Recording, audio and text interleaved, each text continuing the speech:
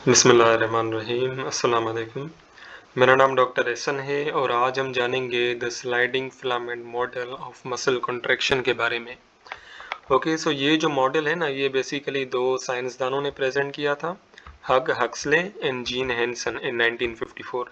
अब इसमें बेसिकली ये बताया जाता है कि जब भी मसल कॉन्ट्रैक्ट करता है ना, तो उसके जो जोन्स होते हैं, जैसे कि या जो बैंड्स होते हैं, जैसे ए बैंड हो गया, आई बैंड हो गया, उसमें कौन कौन सी चेंजेस आते हैं। Okay, so this is the muscle. ठीक है, ये बेसिकली मसल है और इसके अंदर ये जो आप देख रहे हो ना, these are the myofibrils. Okay, so ये जो आप ग्रे से लाइन देख रहे हो, this is the actin filament, और ये जो आप ऑरेंज से देख रहे हो, this is actually the myosin filament. Okay, अब ये जो कंडीशन है ना, ये बेसिकली मसल की रिलैक्सिंग वाली कंडीशन है। ओके, तो जब भी मसल क्या करता है, कॉन्ट्रैक्ट करता है, तब क्या होता है कि ये जो एक्टिन फिलामेंट है ना, वो यूं अंदर की तरफ चला जाता है। ओके, वो यूं क्या करता है, अंदर की तरफ बेसिकली चला जाता है। तो आप इसे यहाँ पे देख सकते हो।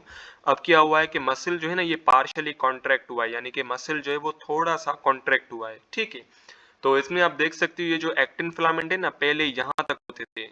ठीक है, अब ये जो है ना, अब ये यूं यहाँ तक पहुंच गए। ओके, और जब स्केलेटल मसल कंप्लीटली कॉन्ट्रैक्ट करता है, यानी कि फोर्सफुली कॉन्ट्रैक्ट करता है, तब क्या होता है कि जो एक्टिन फिलामेंट है ना, वो और ज्यादा अंदर की तरफ चला जाता है, जो कि एम लाइन होती है ना, एम लाइन के पास जाके पहुंच जाता है। ओके, सो आप देख सकते हो पार्शियली कॉन्ट्रैक्टेड स्टेट में जो एक्टिन फिलामेंट है वो यहाँ तक था। ठीक है, लेकिन अब फुली कॉन्ट्रैक्टेड स्टेट में एक्टिन फिलामेंट जो है ना, वो बिल्कुल यहाँ तक पहुंच गया है। ओके, सो जब भी मसल कॉन्ट्रैक्ट करता है, तब जो एक्टिन फिलामेंट है ना, वो एम लाइन के बिल्कुल करीब आ जाते हैं। ओके, अच्छा, अब एक चीज आप नोटिस करेंगे कि जो एक्टिन एंड मायोसिन फिलामेंट है ना, उनकी लेंथ में कोई भी चेंजेस नहीं आया। ठीक है, उनकी लेंथ में कोई भी चेंजेस नहीं आया, बस ये क्या, ये जो एक्टिन फिलामेंट है ना, ये स्लाइड करके चले गए हैं inside the towards the M line. ठीक है, एम लाइन की तरफ आगे चल के गए। Okay, so the sliding filament model of muscle contraction put forwarded by Hug Huxley and Gene Hansen, जैसे कि मैंने आपको बता दिया, ये जो स्लाइडिंग फिलामेंट मॉडल है,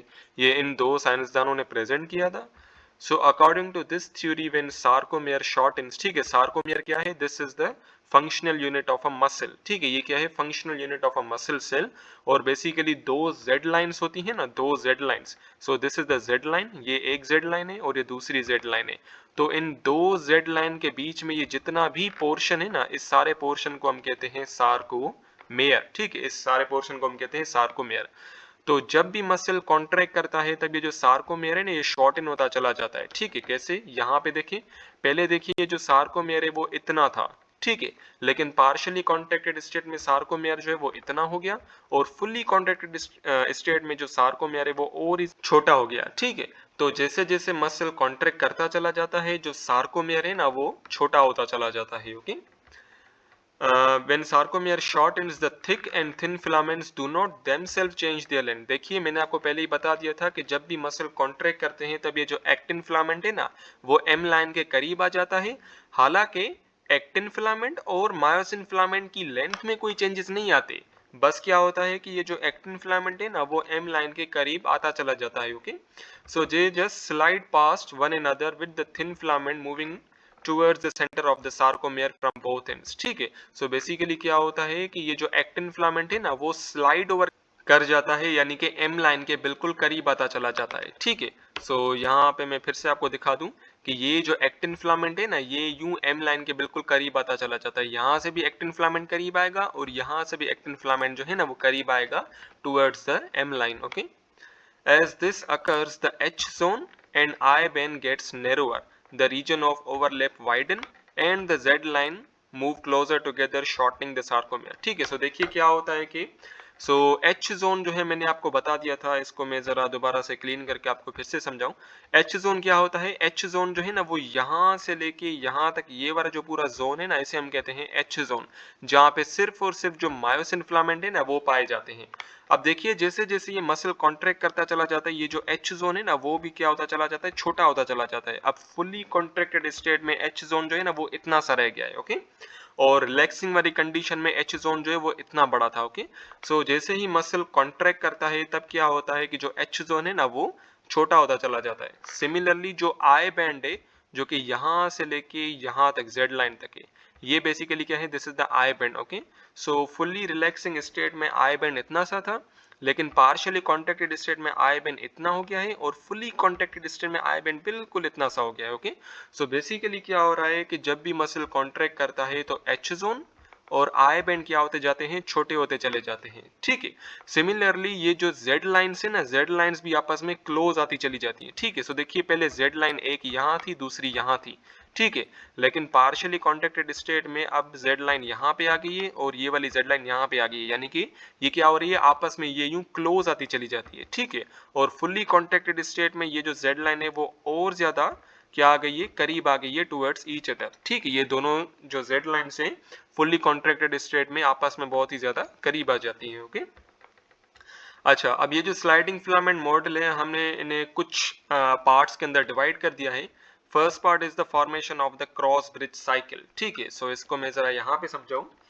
सो बेसिकली क्या होता है कि जो हमारे मसल फाइबर होते हैं ना, मसल फाइबर यानी कि मसल सेल, तो उन तमाम मसल सेल को नर्व जो है ना वो सप्लाई करती है। ठीक है, सो आप यहाँ पे देखें, सो दिस इज अ मसल, ये क्या है, ये मसल है, और ये जो आप देख रहे हो ना, this is actually the neuron. ये क्या है, this is actually the neuron. ठीक है, अब यहाँ पे इन्होंने बड़ा करके दिखाया हुआ है, ये जो आप सर्किल से देख रहे हो ना, this is actually the nerve terminal. ठीक है, नर्व टर्मिनल में भी स्पेसिफिकली ये क्या है, this is the axonal terminal. ठीक है, सो देखिए नर्व टर्मिनल कह लें या एक्सोन टर्मिनल कह लें, बात एक ही है। ओके, अब क्या होता है कि ये जो एक्सॉन टर्मिनल है ना, यहाँ से एक केमिकल निकलता है, एक न्यूरोट्रांसमीटर निकलता है, जिसे हम कहते हैं acetyl Colin, short form ACH। ठीक है, एसिटाइल कोलिन जो है ना वो बेसिकली यहाँ से निकलता है, और ये जो आप देख रहे हो ना, ये वाला, this is actually the sarcolemma. ये क्या है, सार्कोलीमा है। सार्कोलीमा यानी कि cell membrane of the muscle cell. Okay, so क्या होता है कि जैसे ही एसिटाइल कोलिन इस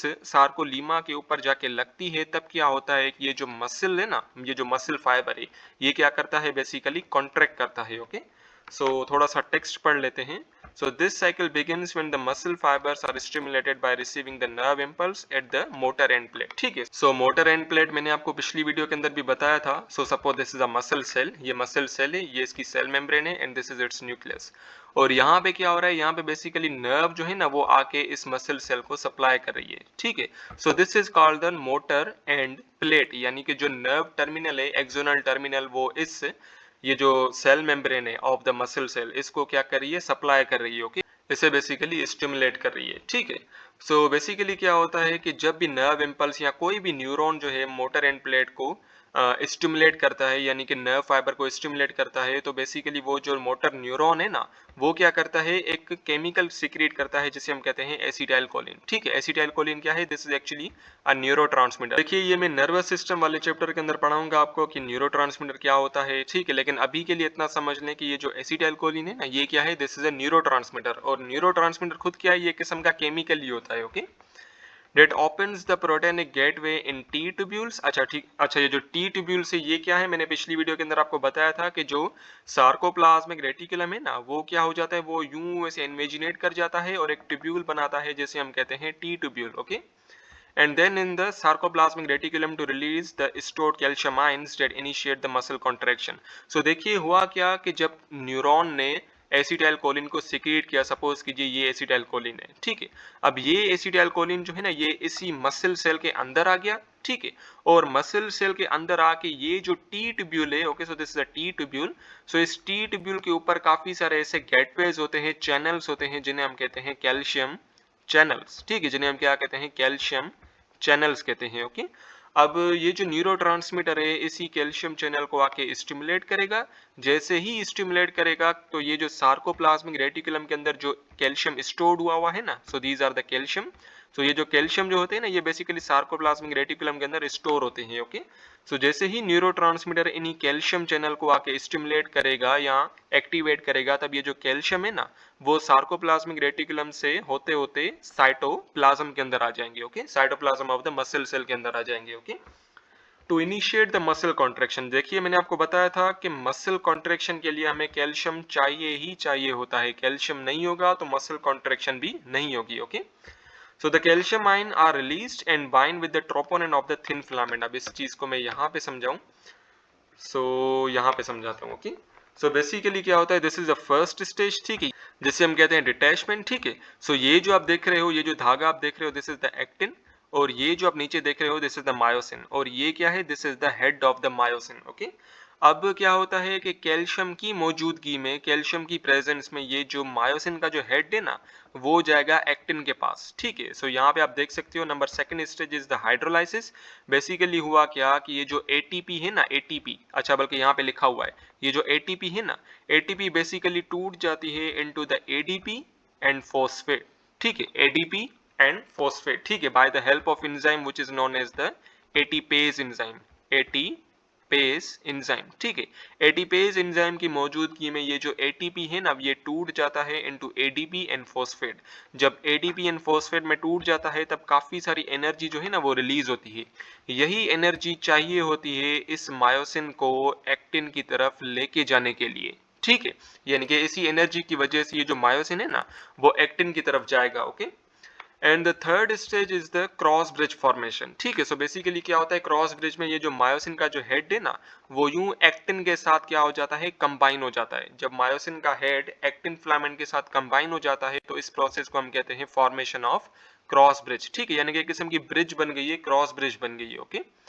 और दूसरी बात, वंस अगेन एटीपी की वजह से, यानी कि यहाँ पे दोबारा से लिखा हुआ है, सो एटीपी जो है ना, ये फिर से टूटेगी इनटू एटीपी प्लस फॉस्फेट, ठीक है, ताकि क्या हो, काफी सारी एनर्जी जो है ना वो रिलीज हो। अब यही एनर्जी चाहिए होगी इस मायोसिन को पावर स्ट्रोक जनरेट करने के लिए, ठीक है। यानी कि ये जो मायोसिन का जो हेड है ना, इसने क्या किया, इसने पीछे की तरफ मूव किया ताकि ये जो एक्टिन फिलामेंट है ना वो आगे की तरफ मूव हो, ओके। सो बात समझ रहे हैं आप। सो देखिए क्या हुआ कि जब क्रॉस ब्रिज की फॉर्मेशन हो गई तब क्या हुआ, तब हमें चाहिए एटीपी, ठीक है। अब एटीपी जो है वंस अगेन एटीपेज एंजाइम की मौजूदगी में टूटेगी इनटू एडीपी एंड फॉस्फेट, ठीक है। और जैसे ही एटीपी टूटेगी इनटू एडीपी एंड फॉस्फेट, फिर काफी सारी एनर्जी जो है ना वो रिलीज होगी, ओके। वही एनर्जी चाहिए होगी पावर स्ट्रोक को जनरेट करवाने के लिए। पावर स्ट्रोक यानी कि ये जो मायोसिन का जो हेड है ना, अब इसने क्या किया, पीछे की तरफ मूव किया ताकि ये जो एक्टिन का जो फिलामेंट है ना, ये भी अंदर की तरफ मूव हो ताकि स्लाइडिंग फिलामेंट हो सके, ठीक है। यानी कि स्लाइडिंग फिलामेंट का जो मूवमेंट है वो परफॉर्म हो सके, ठीक है। सो देखिए इसे मैं यहाँ पे बल्कि थोड़ा सा समझा देता हूँ। सो दिस इज द ऐसा समझ ले, ये जो मैं बना रहा हूँ ना, बल्कि इसको मैं ग्रीन से ही बना देता हूँ। सो यहाँ पे फोकस कीजिए, ये जो मैं ग्रीन से बना रहा हूँ, this is the myosin head, ठीक है। मायोसिन का जो हेड है ना, ये लग गया टू द एक्टिन फिलामेंट, ठीक है। अब ये क्या करेगा, बेसिकली पावर स्ट्रोक में क्या होता है कि ये जो मायोसिन का जो हेड है ना, ये पीछे की तरफ मूव होगा ताकि ये जो एक्टिन का जो फिलामेंट है ये यूं आगे की तरफ, अंदर की तरफ मूव करे, ओके। सो आई होप आपको थोड़ा सा समझ आया होगा। अच्छा देखिए, ये जो किताब में लिखा हुआ था, बेसिकली जो कैल्शियम रिलीज होता है फ्रॉम द सार्कोप्लाज्मिक रेटिकुलम, ये कैल्शियम जाता है टुवर्ड्स द ट्रोपोनिन। ये जो आप ग्रीन से देख रहे हो, ये वाला, दिस इज ट्रोपोनिन, ठीक है। और ट्रोपोनिन के ऊपर जाके कैल्शियम आयन जो है ना वो लगता है, ओके। सो ये जो आप रेड से देख रहे हो, this is actually the calcium ion, okay. This binding, कौन सी बाइंडिंग, ये जो कैल्शियम जो है वो बाइंड हुआ towards the troponin. So this binding depolarizes tropomyosin along the actin filament, which in turn twist and expose the myosin binding site located on actin monomers, ठीक है। सो देखिए दूसरी चीज मैं आपको बता दूं कि ये जो मायोसिन फिलामेंट होता है ना, मायोसिन सॉरी ट्रोपोमायोसिन फिलामेंट होता है ना, ट्रोपोमायोसिन, ट्रोपोमायोसिन का काम ये होता है कि ये मायोसिन को एक्टिन के साथ अटैच होने नहीं देता, ठीक है। इसका क्या काम होता है, मायोसिन को एक्टिन के साथ अटैच होने ही नहीं देना।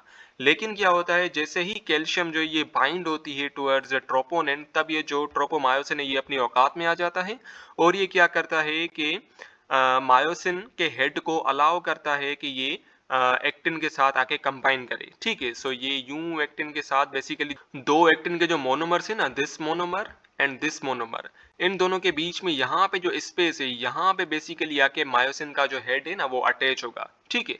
सो देखिए अगर ये कैल्शियम आयन यहाँ पे ट्रोपोनिन के साथ बाइंड ना करता, तब ये जो ट्रोपोमायोसिन है ना, ये इस मायोसिन के हेड को अलाउ ही नहीं करता कि ये आके इस स्पेस पे आके लगे, ठीक है। लेकिन जैसे ही कैल्शियम आके बाइंड हुआ इस ट्रोपोनिन के साथ, तब ये जो ट्रोपोमायोसिन है ना, इसने क्या किया कि मायोसिन के हेड को अलाउ किया ताकि ये इजीली जो है अटैच हो सके on this space between the two monomer of actin.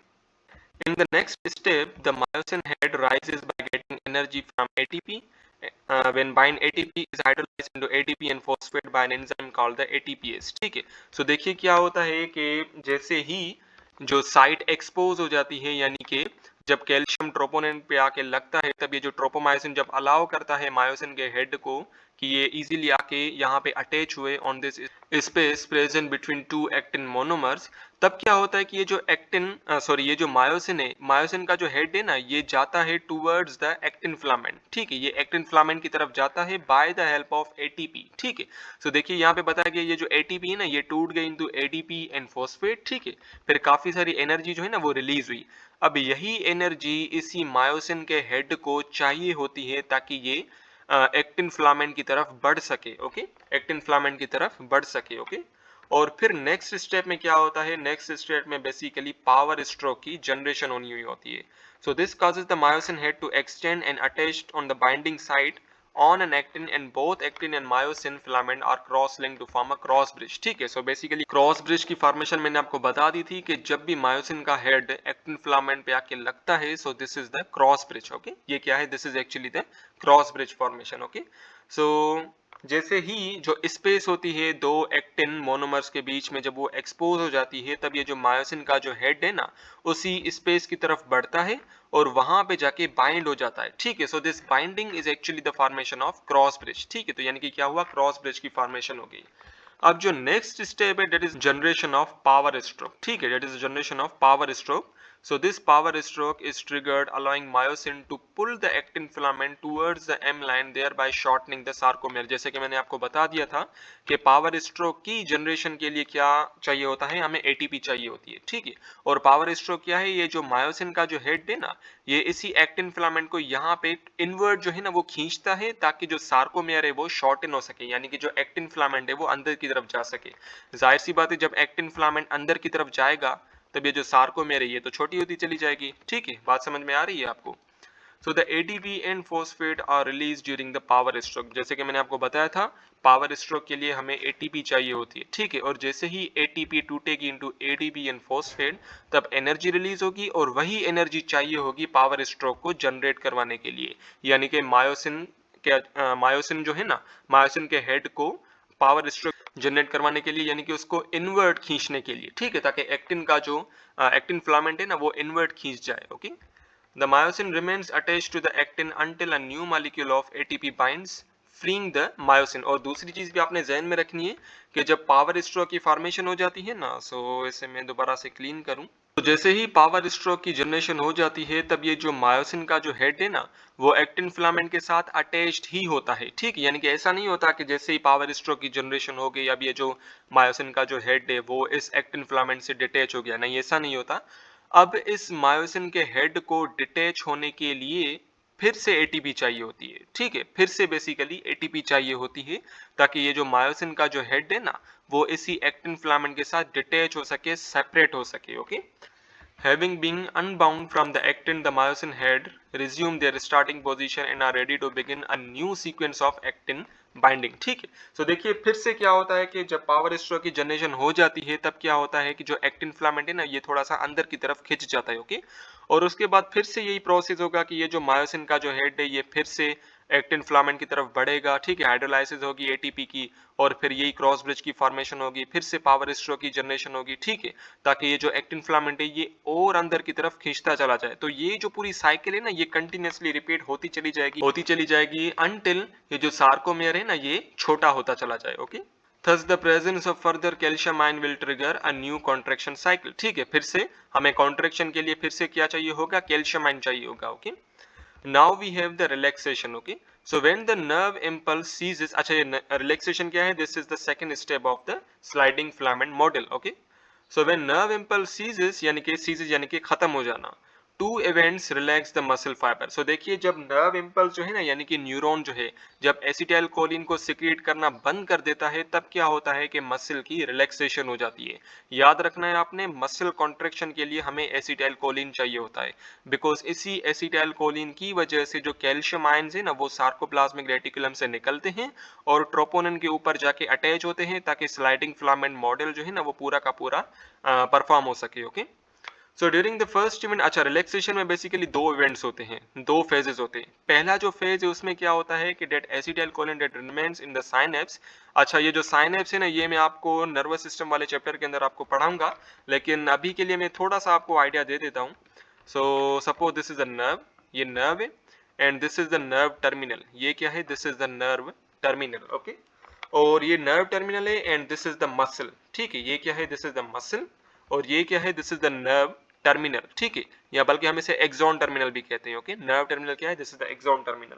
So axon terminal और मसल के बीच में ये जो स्पेस होती है ना, इस स्पेस को हम कहते हैं साइनेप्स, ठीक है। सिमिलरली साइनेप्स हम इससे भी कहते हैं और साइनेप्स हम इससे भी कहते हैं। So suppose this is a nerve terminal, axonal terminal, ठीक है। ये एक्सोनल टर्मिनल है and these are the dendrites of another neuron, ठीक है। ये क्या है? These are the dendrites of another neuron. This is the cell body, ये सेल बॉडी है, फिर ये एक्सोन है और फिर यहाँ से यूं एक्सोनल टर्मिनल आएगा, ओके। अब एक्सोन टर्मिनल और डेंड्राइट्स के बीच में ये जो स्पेस होती है ना, इस स्पेस को भी बेसिकली हम साइनेप्स कहते हैं, ओके। लेकिन यहाँ पे जो साइनेप्स बताया गया है ना, दैट इज दिस वाला साइनेप्स, ओके। कौन सा साइनेप्स? ये वाला साइनेप्स, के जो एक्सॉन टर्मिनल और मसल के बीच में जो स्पेस होती है, this is actually the synapse, okay. Is rapidly decompose by an enzyme called the acetylcholinesterase, ठीक है। सो देखिए क्या होता है कि मसल कॉन्ट्रैक्शन के लिए मसल कॉन्ट्रैक्शन के लिए बेसिकली क्या होता है कि जो एक्सोनल टर्मिनल है ना, यहाँ पे यूं पड़ा हुआ होता है acetyl Colin. This is the acetyl choline, ठीक है। अब ये एसिटाइल कोलिन जो ये निकलता है साइनेप्स में जाता है और उसके बाद मसल सेल के अंदर चला जाता है, ठीक है। लेकिन क्या होता है कि जब भी हमें मसल को रिलैक्स करवाना होता है, तब यहाँ पे ये जो साइनेप्स है ना, यहाँ पे बेसिकली एक एंजाइम होता है, जिसे मैं ब्लैक से बना देता हूँ। So this is an enzyme. इस एंजाइम को हम कहते हैं एसिटाइल कोलिन ईस्ट्रेस, ठीक है। Acetyl choline esterase. इस एसिटाइल कोलिन ईस्ट्रेस का क्या काम होता है कि जब ये एसिटाइल कोलिन यहाँ पे आता है ना, तो इस एसिटाइल कोलिन को ब्रेक डाउन कर देना, तोड़ देना इनटू एसिटाइल एंड कोलिन, ठीक है। इन्हें ब्रेक डाउन कर देना इनटू एसिटाइल एंड कोलिन, ठीक है। फिर ये जो एसिटाइल है ये ब्लड में चला जाता है और ये जो कोलिन है ये दोबारा से इस एक्सॉन के अंदर चली जाती है, ठीक है। लेकिन अभी के लिए आप इसे ज़हन में ना रखें, बस इतना ज़हन में रखें कि ये जो एसिटाइल कोलिन ईस्ट्रेज है ना, रिलैक्सेशन के टाइम पे, मसल रिलैक्सेशन के टाइम पे ये जो एसिटाइल कोलिन ईस्ट्रेज है ये क्या करता है कि इसी एसिटाइल कोलिन को तोड़ देता है, ब्रेक डाउन कर देता है, ताकि मसल की रिलैक्सेशन हो सके, ओके। रिमेंबर, मसल की रिलैक्सेशन के लिए हमें एसिटाइल कोलिन ईस्ट्रेज चाहिए होता है, जो कि एसिटाइल कोलिन को ब्रेक डाउन कर सके, okay. So this enzyme is present in synapse, जैसे कि मैंने आपको बताया था, ये जो एंजाइम है ये साइनेप्स में मौजूद होता है and on the membranes of the motor end plate, ठीक है। यानी कि जो मोटर एंड प्लेट है, यानी कि जो सार्कोलीमा है, ठीक है, सार्कोलीमा पे भी ये जो एंजाइम है ना वो मौजूद होता है, okay. The action of acetylcholinesterase prevent a single nerve impulse from continuously stimulating nerve fiber, ठीक है। सो जाहिर सी बात है, नर्व फाइबर को स्टिमुलेट कौन करता है? ये एसिटाइलकोलिन करता है, ठीक है। एसिटाइलकोलिन का क्या काम होता है कि इसी सार्कोलीमा के अंदर जाके जो सार्कोप्लाज्मिक रेटिकुलम है उसे स्टिमुलेट करना, उसके अंदर जो टी ट्यूब्यूल है उसे स्टिमुलेट करना, ठीक है। टी ट्यूब्यूल पे भी जो कैल्शियम चैनल्स होते हैं उसको स्टिमुलेट करना, ताकि जो कैल्शियम आयंस है ना वो टी ट्यूब्यूल से बाहर निकल सके inside the cytoplasm, okay. So acetylcholine esterase का क्या काम होता है कि एसिटाइलकोलिन को ब्रेक डाउन कर देना, ताकि क्या हो सके जो नर्व फाइबर जो मसल फाइबर है ना वो स्टिमुलेट ही ना हो सके, ओके। अच्छा ये तो हो गया पहला फेज रिलैक्सेशन का। दूसरे इवेंट में क्या होता है? दूसरे फेज में क्या होता है? When the acetylcholine is break down, यानी कि जब एसिटाइलकोलिन टूट जाता है, the stimulus to the sarcolemma and the membrane within the muscle fibre ceases. जाहिर सी बात है, ये वही वाली बात हो गई कि जब एसिटाइलकोलिन आएगा ही नहीं, तब कैल्शियम आयन जो है ना वो रिलीज ही नहीं होगा, okay. The calcium pump which requires ATP quickly moves the calcium ion back into the sarcoplasmic reticulum. So suppose this is the endoplasmic reticulum, ये एंडोप्लाज्मिक रेटिकुलम है and this is the T tubule. ये क्या है? This is the T tubule. और T tubule के ऊपर क्या होते हैं? यानी कि टी ट्यूब्यूल पे काफी सारे कैल्शियम चैनल जो है ना, कैल्शियम चैनल वो लगे हुए होते हैं, ठीक है। अब क्या होता है कि मसल रिलैक्सेशन के टाइम पे जो कैल्शियम बाहर पड़ा हुआ है इनसाइड द साइटोप्लाज्म, वो चला जाता है to the inside the sarcoplasmic reticulum by the help of these calcium channel, ठीक है। यानी कि इन कैल्शियम चैनल से होते हुए ये चले जाते हैं इनसाइड द सार्कोप्लाज्मिक रेटिकुलम, ठीक है। और ये चीज भी आपने ध्यान में रखनी है कि ये जो कैल्शियम पंप है ना, इसको एटीपी की जरूरत होती है, ठीक है। यानी कि एटीपी की मौजूदगी में ये जो कैल्शियम आयन है ना, उसको ये अपने अंदर लेगा। So hence decreasing the calcium ion concentration in the cytosol, ठीक है। अच्छा ये साइटोसोल, अब देखिए जो साइटोप्लाज्म होता है ना, साइटोप्लाज्म के दो कंपोनेंट्स होते हैं। Number one is the cytosol and second is the cytogel, ठीक है, साइटोसोल एंड साइटोजेल, ठीक है। सो क्या होता है कि बेसिकली कैल्शियम आयन की जो कंसंट्रेशन होती है ना, यानी कि जो कैल्शियम आयन मौजूद होते हैं वो साइटोसोल के अंदर मौजूद होते हैं, ठीक है। सो रिलैक्सेशन के टाइम पे क्या होगा कि साइटोसोल के अंदर जितने भी कैल्शियम आयन है ना, काफी सारे कैल्शियम आयन जो है वो चले जाएंगे इनसाइड द सार्कोप्लाज्मिक रेटिकुलम, ठीक है, जिससे क्या हो सके कि जो मसल फाइबर है ना वो रिलैक्स हो सके, ओके।